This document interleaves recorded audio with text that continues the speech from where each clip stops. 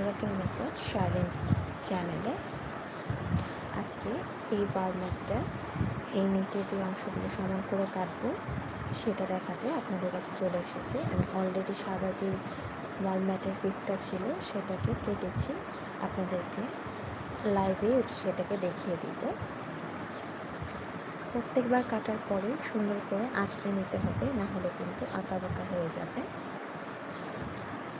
আপনারা কিন্তু চাইলে এই ওয়ালমেটগুলোকে আমার ফেসবুক ও ইনস্টাগ্রাম পেজ স্বপ্না শপ থেকে অর্ডার করতে পারবেন।